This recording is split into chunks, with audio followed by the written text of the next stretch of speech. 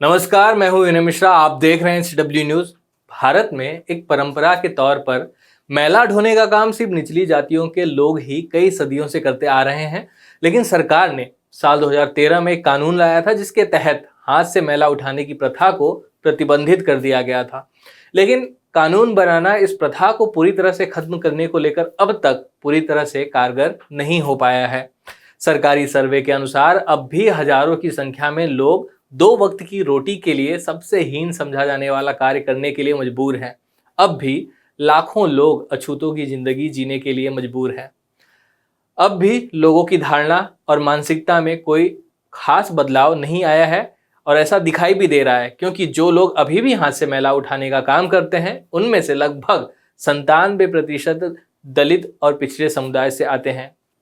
1 दिसंबर को भारतीय जनता पार्टी के राज्यसभा सांसद डॉक्टर विकास महात्मे के सवाल का जवाब देते हुए सामाजिक न्याय और अधिकारिता मंत्रालय ने अब भी मैला ढोने का काम करने वाले व्यक्तियों की संख्या और उनकी जातियों की जानकारी दी है। भाजपा सांसद विकास महात्मे ने अपने सवाल में पूछा था कि क्या सरकार ने सिर पर मैला ढोने के मामले में धर्म और जाति आधारित कारक के निर्धारण पर कोई अध्ययन किया है। यदि हाँ, तो उससे संबंधित ब्यौरा क्या है और सरकार क्या उनके पुनर्वसन और शैक्षणिक और व्यावसायिक आरक्षण प्रदान करने की योजना बना रही है। इसके जवाब में सामाजिक न्याय और अधिकारिता राज्य मंत्री रामदास आठवले ने संसद को बताया कि सरकार द्वारा सिर पर मैला ढोने के मामले में धर्म और जाति पर आधारित कारक के निर्धारण पर कोई अध्ययन नहीं किया गया है।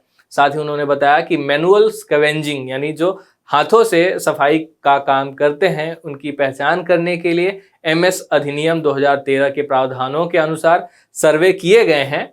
इन सर्वेक्षणों के दौरान 58,098 मैनुअल स्कैवेंजरों की पहचान की गई है।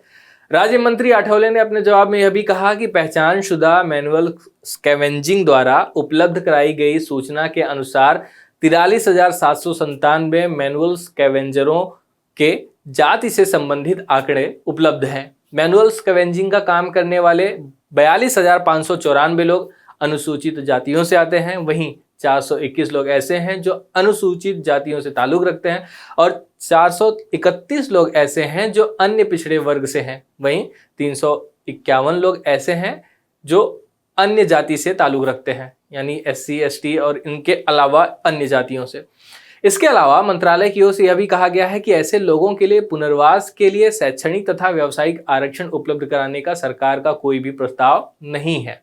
सिर पर मैला ढोने वाले लोगों को लेकर राष्ट्रीय जनता दल के राज्यसभा सांसद मनोज कुमार झा ने भी कुछ सवाल सामाजिक न्याय और अधिकारिता मंत्रालय से पूछा था। उन्होंने अपने सवालों में पूछा था कि सरकार ने सर पर मैला ढोने वालों को आर्थिक प्रणाली में शामिल करने के लिए क्या कदम उठाए हैं और इस प्रथा को पूरी तरह से प्रतिबंधित करने के लिए सरकार द्वारा किए गए कड़े प्रयासों का ब्यौरा भी उन्होंने मांगा।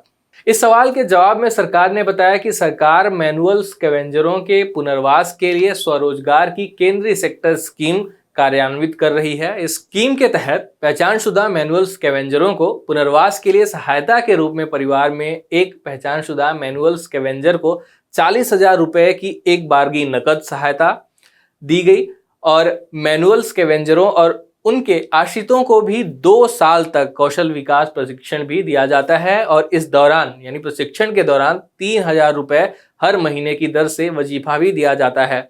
इस तरह का प्रशिक्षण अब तक सिर्फ 18,199 लोगों को ही दिया गया है। सरकार की ओर से यह भी बताया गया है कि जिन्होंने स्वच्छता से संबंधित परियोजनाओं सहित स्वरोजगार परियोजनाओं के लिए ऋण लिया है यानी कर्ज लिया है, उन्हें 5 लाख रुपए तक पूंजीगत सब्सिडी दी जाती है। ऐसी सब्सिडी अभी तक सिर्फ 1,562 लोगों को ही दी गई है। आपको बता दें कि हाथ से मैला उठाने वाले कर्मियों के नियोजन का प्रतिषेध और उनका पुनर्वास अधिनियम 2013 की धारा 216 के तहत मैनुअल स्कैवेंजिंग तारीख 6 दिसंबर 2013 से प्रतिबंधित है। कोई भी व्यक्ति अथवा एजेंसी इस तारीख से किसी व्यक्ति को मैनुअल स्कैवेंजिंग के कार्य में नहीं लगा सकता है। किसी व्यक्ति अथवा एजेंसी द्वारा अगर ऐसा किया गया, MS अधिनियम 2013 के प्रावधानों का अगर उल्लंघन किया गया, तो उक्त अधिनियम की धारा 8 के अंतर्गत 2 साल तक का कारावास अथवा 1 लाख रुपए तक का जुर्माना अथवा दोनों हो सकते हैं। कुछ संस्थाएं जो इस कुप्रथा के उन्मूलन को लेकर काम कर रही हैं, उनके आंकड़े सरकारी आंकड़ों की तुलना में इस प्रथा को लेकर एक भद्दी तस्वीर सामने लाती हैं। सफाई कर्मचारी आंदोलन .org वेबसाइट के अनुसार लगभग 7.5 लाख लोगों को नालों और गटरों को साफ करने के लिए उनमें भेजा जाता है। उन्हें आवश्यक सुरक्षा उपकरण भी नहीं दिए जाते हैं। नालों में जहरीली गैस होती है जिन्हें सूंघने की वजह से अक्सर सफाई करने वाले लोगों की मौत भी हो जाती है।